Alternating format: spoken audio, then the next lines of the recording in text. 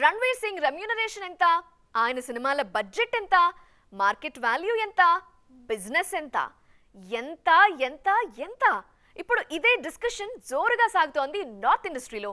ఒకటో రెండో అయితే పర్లేదు కానీ పదే పదే ప్రాజెక్టులు ఆగిపోతుంటే అందరూ ఈ విషయాల గురించి డిస్కషన్ షురూ చేశారు.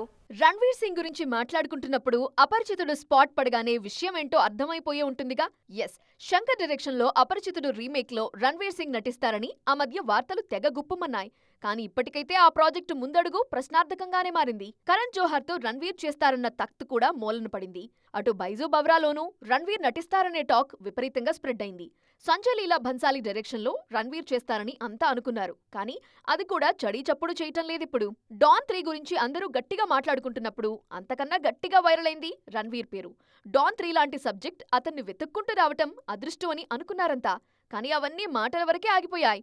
ఎక్కడిదాకో ఎందుకు, హనుమాన్ డైరెక్టర్ ప్రశాంత్ వర్మ రణ్వీర్తో సినిమా చేస్తారనే టాక్ ఆ మధ్య స్పీడ్గా స్ప్రెడ్ అయింది. కారణాలు బయటికి రాలేదు గానీ ఆ ప్రాజెక్టు లేదన్న మాట మాత్రం గట్టిగానే వినిపిస్తోంది.